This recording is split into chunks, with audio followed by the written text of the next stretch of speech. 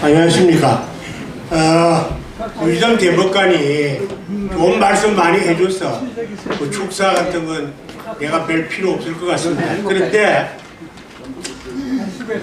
이런 모임에서 정치와 종교 이야기는 생략하는 게 좋지만 국가가 지금 누란의 위기에 처해 있어서 내가 어제 저녁 잠을 설치면서 내 이야기가 아니라 캔사스 대학의 폴 슈메이커가 쓴 푸른 이데올로기로부터 파브릭 필로조피라는 이 책에 근거한 우리나라 이데올로기 전쟁이 생기고 있어서 이것에 근거해서 한국 정치에 대한 이야기를 한 10분 했으면 하는 생각을 가지고 여기 왔어요. 왔는데 사실은 공식 행사에서 10분 내가 강의한다는 것이 대단히 죄송스러워서 그 강의는 3부에서 할까 그렇게 생각합니다. 여러분 좋다면은 한 3부에서 한국 정치가 한국이 지금 얼마나 위기에 처해 있는지 여러분들은 다 느끼고 있을 겁니다. 아주 심각한 문제인데도 우리는 아직도 그걸 잘 못 느끼고 있습니다. 저 사람들은 70년대부터 학원을 자경화시키고 그 다음에 정교조와 민노총을 시켜가지고 쭉 조직적으로 계획적으로 체계적으로 대한민국을 전복시키는 일에 몰두해왔는데 우리 우익들은 자기 살기 바빠서 거기에 대응할 수 있는 아무런 힘도 없어요. 지금 해놓고 법을 위반하면서도 대통령을 구속시키는 상황까지 오는 이러한 상황에서도 안일한 자유민주주의자들이 한국에서 괜찮겠지 생각하고 있습니다. 저들은 전쟁을 오래전부터 했는데 우리는 평화만 이야기하고 있습니다. 이 심각한 문제에 대해서 내 자신의 견해보다도 여러분들은 훨씬 더 가슴속에 느낄 거라 생각합니다. 한국 정치에 대해서는 여러분들이 내보다 더 많이 알고 더 많이 다 이해하고 있는 걸로 알아서 한국 정치에 대한 분석을 내 개인적인 생각이 아니라 이 폴 슈메이커 교수가 말하는 이데올로기의 9가지 프레임을 가지고 제가 분석을 한번 해드릴까 합니다.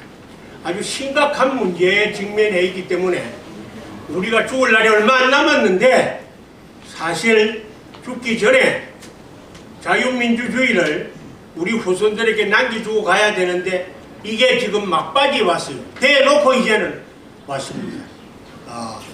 지금 정교조 이후에 민노총 그리고 정부 부처까지 싹 뒤집히면서 사법부 자체가 무너지고 있습니다. 사법부의 자익은 이미 오래전부터 자익을 했지만 우익은 대부분 기회주의자, 출세주의자, 이기주의자들이 있어가지고 맥을 못 쳐요. 지금 사법부가 무너지고 군이 무너지고 경찰이 무너지고 검찰이 무너지는 이런 상황 속에서 자익과 우익의 대립 속에 우리가 이 자유민주주의를 지켜낼 수 있을 것인가 하는 것 때문에 저는 밤잠을 못 잡니다. 70년대부터 저는 싸워왔어요. 대학교 안에서부터 운동권 학생들이 내 제자들이 지금 나와서 지금 설치고 있는 겁니다. 저놈들이 한 200명 되는 교수들 이것들 전부 만부를 장악을 했어요. 공부도 안 했어요. 맨날 깽가르치고 운동만 했습니다. 그런 상황에서 제가 어쩔 수 없이 정치로 나왔습니다만 제 힘이 부족하고 능력이 부족해서 자유민주주의를 지키는데 큰 역할을 못했습니다. 얼마 전에 몇몇 정치인들 모임 속에서 내가 고함하면 되게 많이 질렀습니다만은 지금 한국 정치가 얼마나 누란의 위기에 처해 있는지 다 알고 계실 겁니다. 그런데 그걸 못 느끼고 그냥 사는 사람들이 많습니다. 그래서 제가 한 3부에 가서 한 10분 동안 정치 강의를 할까 하는데 괜찮겠습니까?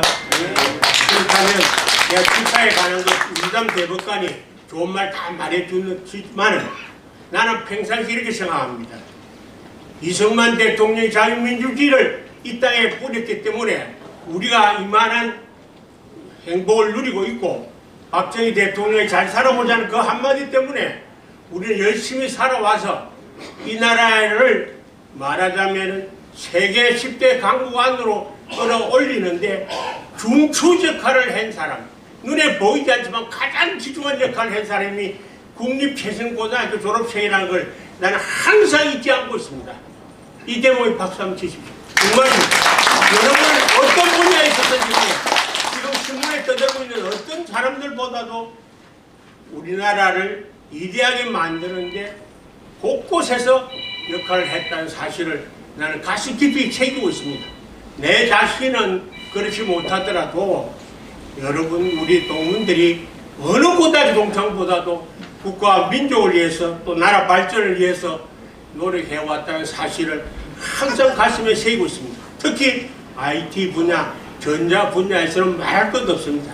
이것을 우리 후손들에게 어떻게 알려줄까 저는 항상 고민하고 있습니다.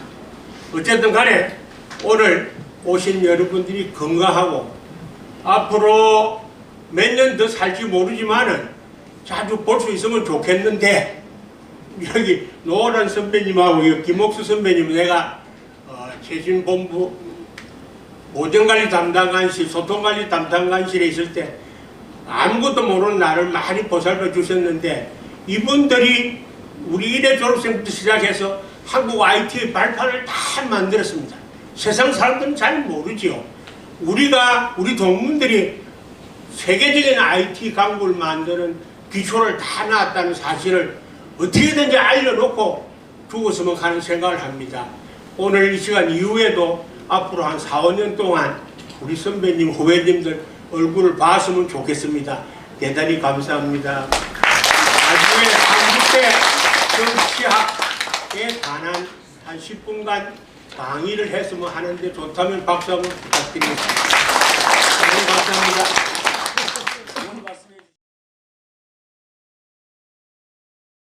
이것이 그 사람들은 기업체 말하자면 기업체를 장악하는 것인데 바로 이 사람들이 기업체로 들어왔어요. 제일 먼저 대우조선에 들어왔어요.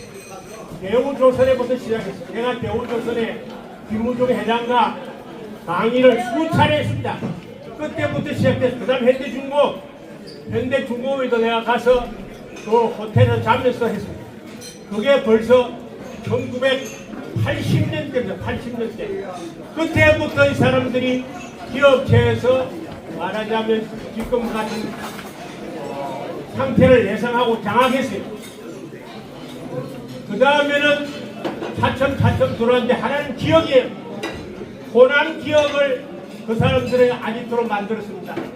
지금 미안한 이야기지만은 내가 지금 가장 걱정되는 것은 광주 사태와 아울러서 호남이 그 사람들이 노리는 최선의 지역이 돼가지고 상당수가 그게 말하자면 독립되어 있다는 사실이죠.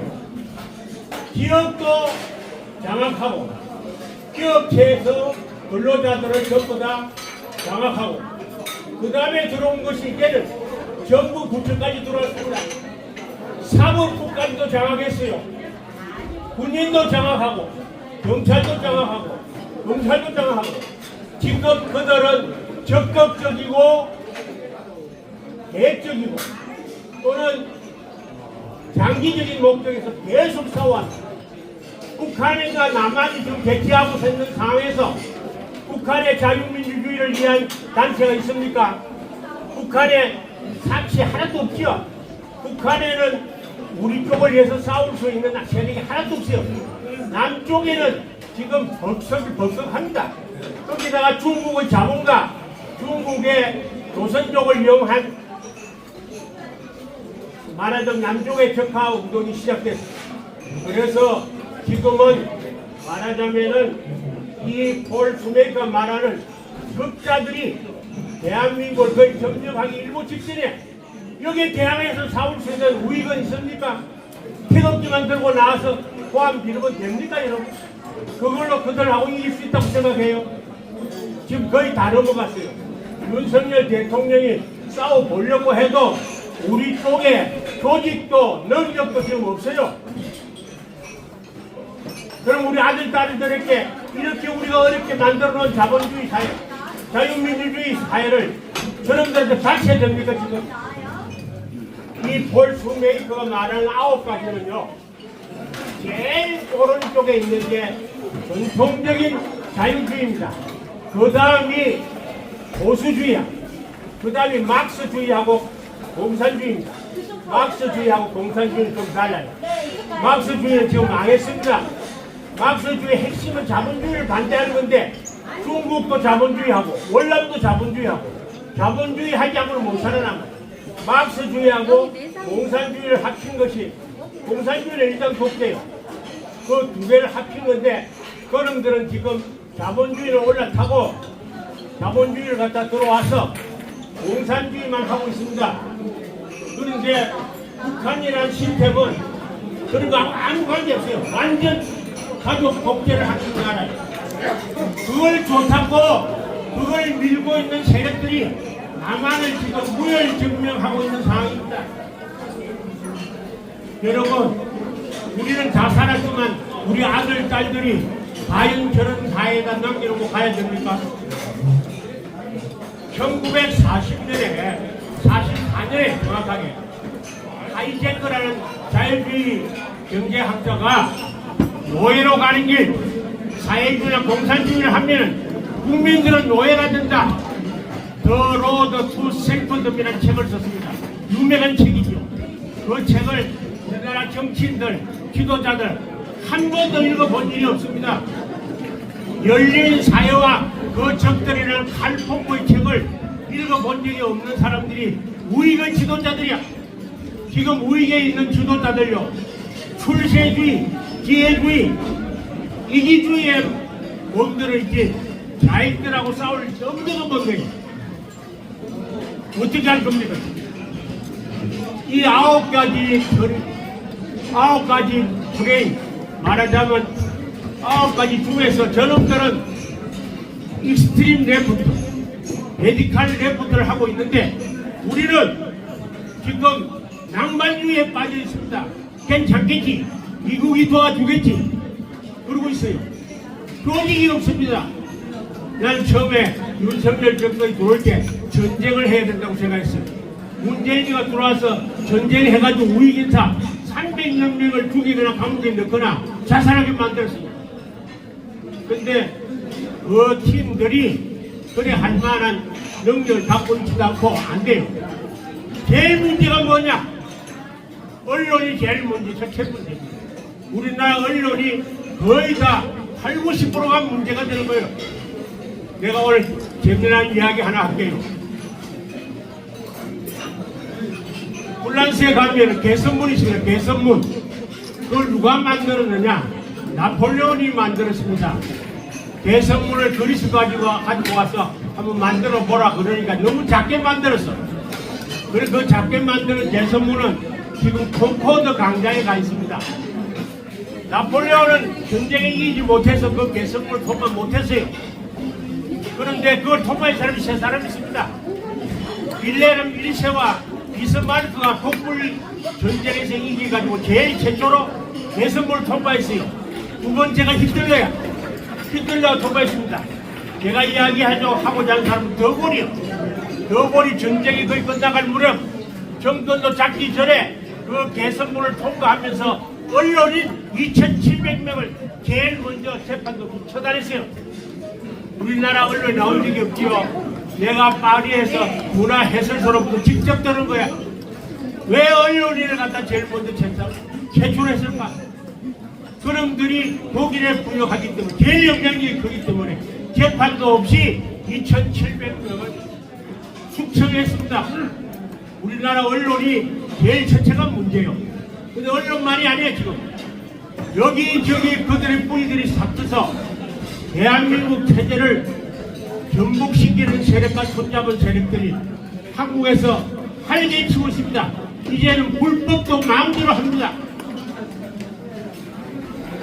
자, 그렇다면 우리는 우익은 클래식 리버럴을 제일 오른쪽에 있는 데서부터 차츰 가야 우익도 가야 돼요. 우익도 레디칼 라이트, 익스트림 라이트 모형으로 가야만이 그들과 대적할 수 있어요. 누가 할 것인가? 여러분들이나 내가 해야 되는 게 자유민주주의의 뿌리를 박은 사람들은 자기 희생할 능력이 없어요. 돈도 잘 안 내나 자기 몸도 안 거쳐 안 받죠. 이기주의와 출세주의에 멍들어 있어요. 이 문제를 해결하지 않으면은 머지않아 한국은 지금도 거의 다 돼갑니다만 굉장히 어려운 상황에 속합니다. 제가 말씀드리고자 하는 것은 가장 중요한 핵심은 언론에서부터 사법부까지가 지금 그들의 손에 놀아나고 있는 상황 속에서 우리가 무엇을 해야 할 것인가를 고민할 시점이라는 것입니다. 아직도 이런 상황에 대해서 객관적인 사실로만 보고 자기는 아무 상관없는 사실로 보고 있는 사람들이 아까 말씀드린 대로 제일 오른쪽에 있는 전통적인 자유주의를 표방하는 우익들입니다. 우익이 메디칼로도 가야 돼. 이제는 약부자 같은 조직도 만들어야 돼. 그렇게 해서 마지막의 경우에 따라서는 서부 법원을 파괴하는 자들도 나와야 돼. 그렇지 않으면 이 나라를 지켜낼 수가 없습니다. 10분이 넘었을 것 같은데 제가 말씀드리고자 하는 것은 오늘 우리가 이러한 커다란 위기 속에 살고 있는데 그것을 우리가 어떻게 헤쳐나갈 것인가를 함께 고민하는 시간이 되었으면 좋겠다 싶어서 말씀 올렸습니다. 대단히 감사합니다. 이호근 방송 구독, 좋아요는 좋은 방송을 만드는 데 큰 힘이 됩니다. 감사합니다.